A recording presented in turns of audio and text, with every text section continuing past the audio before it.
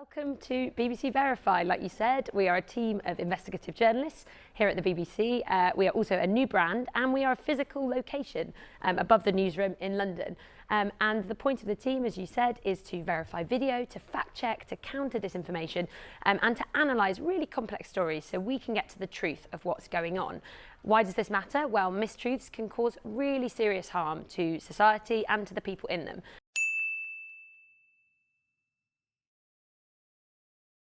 Do you see a rise in hate speech?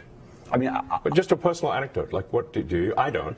Personally, my For You, I would see I get more of that kind of content. Yeah, personally. Can you name one example? I honestly don't use.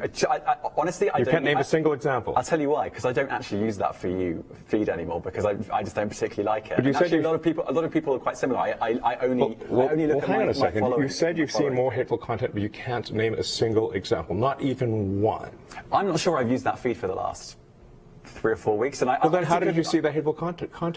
Because I've been using Twitter since you've taken it over for the last 6 months. Okay, so then you must have at some point seen the For You hateful content. I'm asking for one example. Right. And you can't give a single one. And I'm saying I say, sir, that you don't know what you're talking about.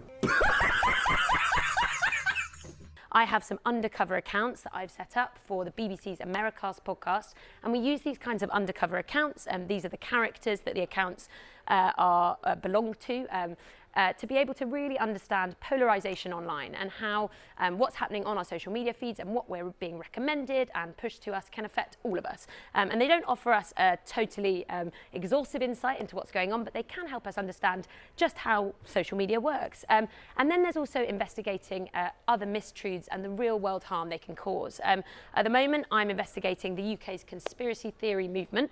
I'm trying to understand more about how it's evolved and intensified since the pandemic here in the UK. I'm looking at the alternative media that finds itself at the heart of this movement and a conspiracy theory newspaper that's a part of that as well. I'm looking at the way that alternative media is funded. I'm looking at its impact on local communities. I'm looking at its connections with far-right figures and also its foreign links. That's for a podcast series that will be coming out in June. It's called Mariana in Conspiracy Land, and it will be available on BBC Sounds, Radio 4, asking that question, could January the 6th or a German coup attempt like we saw there ever happen here in the UK? Ooh, nobody gives a shit.